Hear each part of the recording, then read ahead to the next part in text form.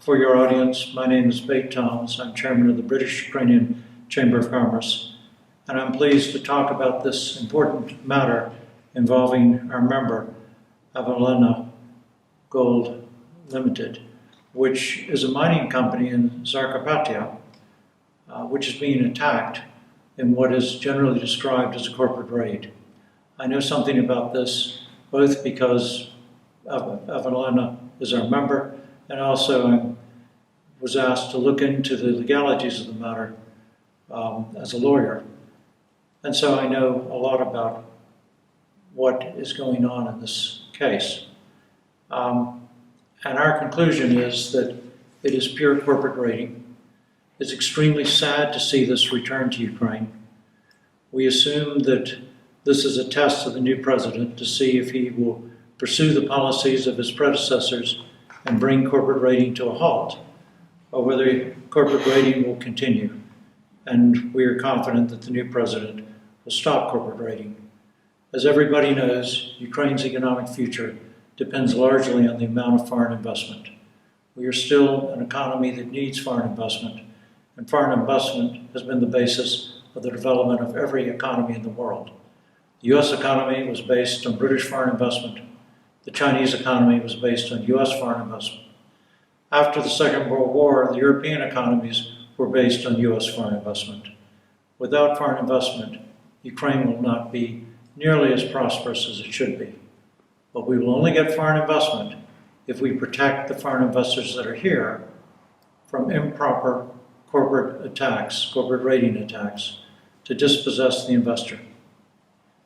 We understand that the current corporate raid is based on bringing back a bankrupt company, rehabilitating it, which is based on claims that Barclays Banking Group and the British royal family are supporting this. We've seen no evidence presented to the court that either is financing this corporate raid, and it seems ludicrous to think that they would.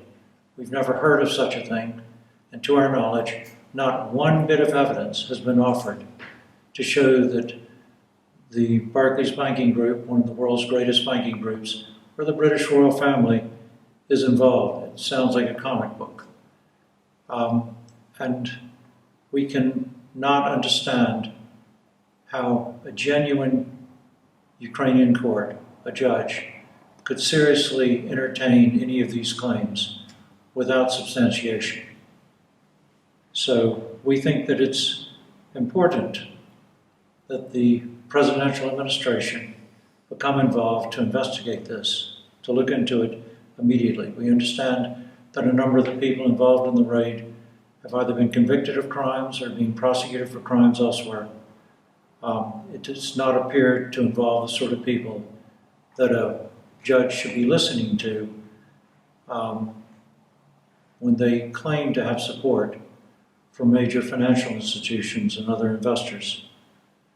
So we think it's very important that your listeners and that the Ukrainian government become involved and interested in this case and bring it to a swift conclusion. This case is very important. It's extremely sad to see corporate raiding rising up again in Ukraine. It appeared that corporate raiding had been very much diminished previously, but we assume that this is a test of the president to see if he will protect foreign investors in Ukraine. And on behalf of our chamber, we'd like to emphasize how important foreign investment is. People forget that the economy of the United States was built on British foreign investment originally, that the economy of China was built on US foreign investment, that almost every country in the world, including the European Union after the Second World War, has been built their economies on foreign investment. Ukraine absolutely needs greater foreign investment, and for that, legitimate foreign investors have to be protected. Based on the facts that we've been able to discover looking into this incident, It appears that the raid is based on the preposterous idea that Barclays Bank, one of the world's greatest banking groups, and the British royal family are coming together to finance the improper rehabilitation of a bankrupt company to try to take property away from a legitimate US investor. This sounds ludicrous to anyone from the West. It seems incredible that a Ukrainian judge could possibly believe this. We understand that there's not one shred of evidence. There's no letter, there's no testimony, there's nothing to support the idea from Barclays Bank or from any member of the royal family that they are actually involved in the proposed rehabilitation of this company, which would have the effect of dispossessing this legitimate investor from the United States, and a very important investor, an investor who actually has expertise investing in gold projects in Russia and Kazakhstan and in the Republic of Congo. It should not be the case that an investor like that should find it more difficult to invest in Ukraine than in these other countries. We are also astonished that the raider group that the court in Zakarpattia is apparently listening to apparently involves, we are told, one person convicted of a crime and another being prosecuted for another crime.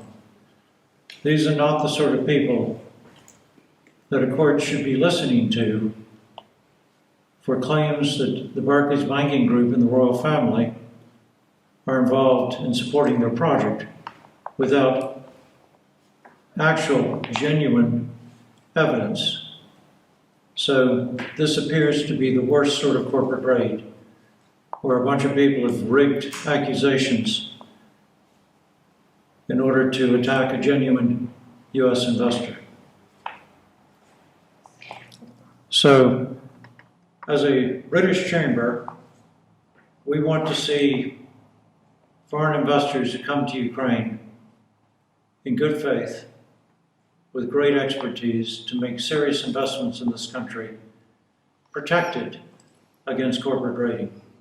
And we also, as a British chamber, want to see that the good name of British banking institutions like Barclays, the good name of the royal family, is not paraded in Ukrainian courts for false purposes. It's a very serious matter.